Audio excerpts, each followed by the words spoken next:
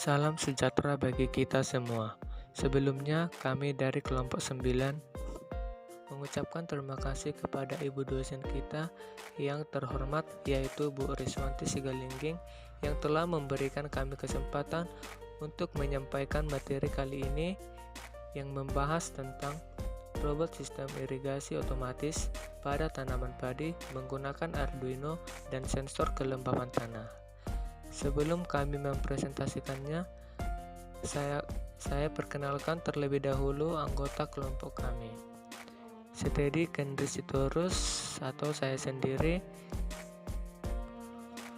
Riko Ijariswanda, Yemima Nadia Sidabutar, dan Najarudin. Robotika adalah teknologi yang sekarang sedang berkembang dengan pesat. Banyak negara berlomba-lomba menggunakan teknologi robotika untuk otomisasi di segala bidang kehidupan.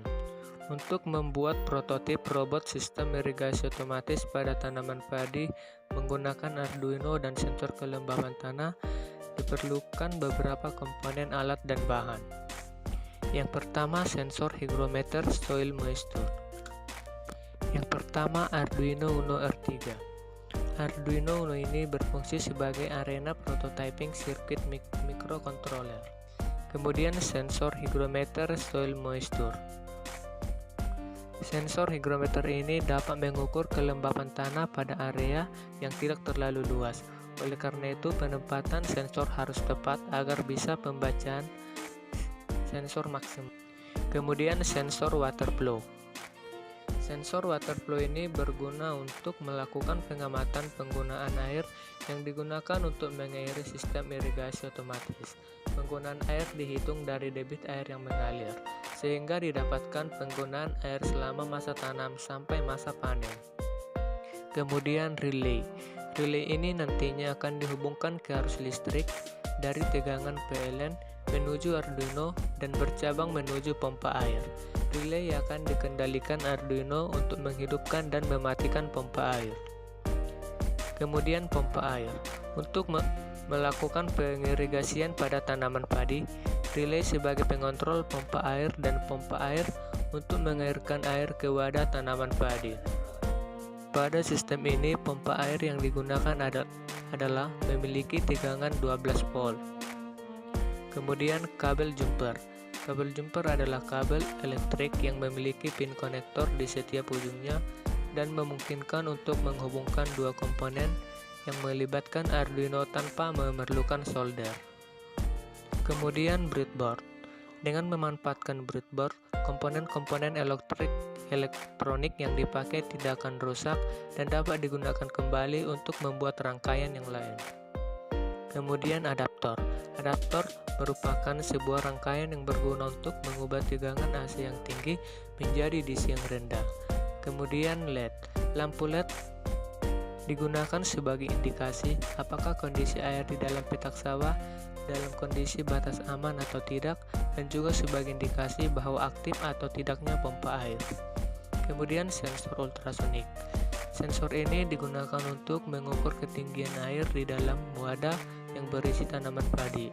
Sensor ini diletakkan di atas wadah tanaman. Kemudian pipa. Pipa berfungsi untuk mengalirkan air ke permukaan tanah tanaman padi.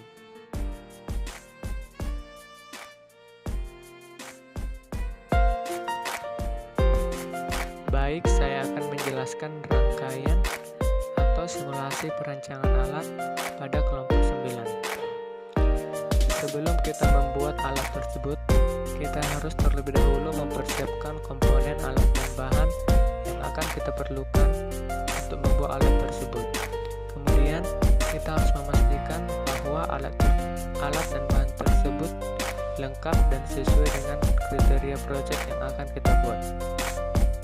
Adapun alat dan bahan untuk membuat rangkaian alat tersebut yaitu Arduino Uno R3, breadboard, sensor hygrometer soil moisture atau sensor kelembapan tanah, sensor water flow, relay, pompa air, kabel jumper, adaptor, dan sensor ultrasonik. Kemudian kita merangkai rangkaian pada breadboard yang sesuai dengan gambar skematik yang telah tersedia. Kemudian kita merangkai driver relay, merangkai sensor ultrasonik, merangkai pompa. Selanjutnya kita buat diagram alir atau flowchart terlebih dahulu. Lalu setelah itu kita buat skematiknya. Kemudian kita buat diagram wiringnya atau gambar perancangan alatnya. Selanjutnya kita buat script coding pada program script. Lalu kita buat script coding program pada Arduino Uno R3. Kemudian kita sambungkan komponen-komponen dengan kabel female-female maupun kabel male-female sebagai berikut. Rangkaian sensor ultrasonik. Kita sambungkan pin trig dari sensor ultrasonik ke pin 13 pada Arduino. Kemudian kita sambungkan pin enco dari sensor ultrasonik ke pin 12 pada Arduino. Selanjutnya untuk rangkaian sensor ultrasonik dengan pompa. Untuk merangkai sensor ultrasonik dengan pompa, kita menggunakan satu buah relay, yaitu relay modul. Pada relay modul terdapat 3 pin, yaitu channel, VCC, dan GND. Channel output dari relay dihubungkan ke pin 7 pada Arduino. VCC dari relay dihubungkan ke 5 volt pada Arduino. Dan GND dari relay dihubungkan ke GND Arduino. Kemudian kita masukkan program pada sensor kelembapan tanah dan coding pada Arduino dengan mengcopy format .hex. Selanjutnya kita double klik Arduino pada Proteus, lalu kita paste dan kita cari file dengan format cvv.hex. Kemudian kita buka filenya dan klik OK. Yang terakhir kita run. Kemudian beginilah gambar rancang bangun atau desainnya untuk membuat alat sistem irigasi otomatis pada kelompok 9. Pada gambar rancang bangun tersebut terdapat sensor moisture soil yang berwarna putih dan pipa yang berwarna orange, dan silinder itu merupakan pot tanaman yang berisi tanah. Pada gambar tersebut terdapat seperti kolam yang berisikan air ditambah dengan campurannya untuk kebutuhan tanaman tersebut. Ketika tanah pada tanaman padi kurang dari titik kelembapannya yang dibaca oleh soil moisture atau sensor kelembapan tanah menuju ke Arduino, lalu Arduino akan memerintahkan pompa air hidup untuk mengalirkan air ke tanah secara otomatis. Jadi kelembapan pada tanah tanaman akan selalu terjaga kelembapannya. Kemudian saya akan menjelaskan diagram alir sistem kendali otomatis.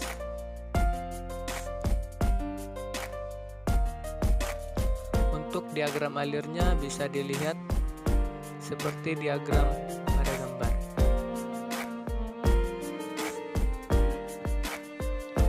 Flowchart diagram merupakan gambaran atau bagan yang memperlihatkan urutan dan hubungan antara proses dan instruksinya. Gambaran ini dinyatakan dalam simbol.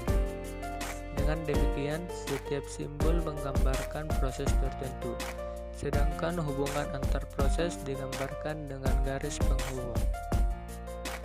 Pada gambar diagram tersebut dijelaskan bahwa nilai set point level muka air lahan percobaan ditentukan pada ketinggian 0 sampai 5 cm. Ketika level muka air di lahan percobaan berada di bawah 0 cm, maka mikrokontroler akan memberikan sinyal untuk mengaktifkan relay yang akan mengaktifkan motor kran elektris untuk buka. Demikian juga sebaliknya, ketika level muka air di lahan percobaan berada di atas 5 cm, maka mikrokontroler akan memberikan sinyal untuk mengaktifkan relay dan motor kran elektris untuk tutup. sistem pengaturan air akan menjadi lebih akurat karena proses kendali dilakukan dengan sistem mikrokontroler dan tinggi level muka air tidak hanya dapat dipantau, tetapi juga dapat diukur. Kemudian saya akan menjelaskan tentang perancangan program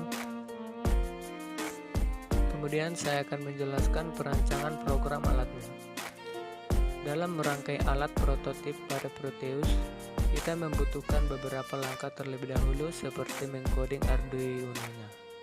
Untuk mengcoding Arduino-nya kita menggunakan bahasa C++. Bahasa C++ adalah pengembangan dari bahasa C. Bahasa C++ mendukung konsep pemrograman berorientasi objek dan pemrograman berbasis Windows. Sampai sekarang bahasa C++ terus berkembang dan hasil perkembangannya muncul bahasa baru pada tahun 1995 yang dinamakan Java. Istilah prosedur dan fungsi dianggap sama dan disebut dengan fungsi saja. Hal ini karena di C++ sebuah prosedur pada dasarnya adalah sebuah fungsi yang tidak memiliki tipe data kembalian atau void. Adapun coding yang dapat kita gunakan dalam Arduino ini untuk merangkai alat tersebut sebagai berikut. Untuk codingnya bisa kita lihat di dalam slide.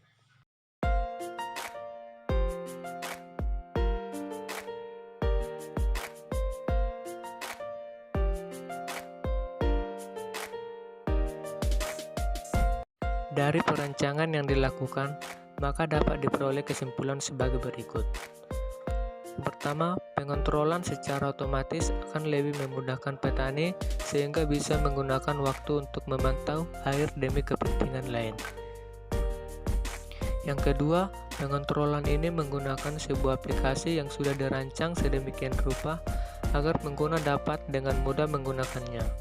Yang ketiga, irigasi dilakukan secara otomatis oleh sistem tanpa melakukan pengecekan langsung, sehingga dapat menambah efektivitas waktu dan tenaga dari pengguna. Yang keempat, sensor kelembapan tanah IL69 bekerja dengan membaca resistansi tanah untuk mendapatkan nilai tingkat kelembaban. Dan yang kelima, semakin lembab atau basah tanah, maka tanah lebih mudah mengantarkan listrik sehingga resistansi tanah kecil. Sebaliknya, semakin kering tanah, maka tanah sulit menghantarkan listrik sehingga resistansi tanah besar. Demikianlah yang bisa kami sampaikan. Kami mohon maaf jika ada tutur kata yang kurang berkenan. Dan akhir kata kami ucapkan terima kasih.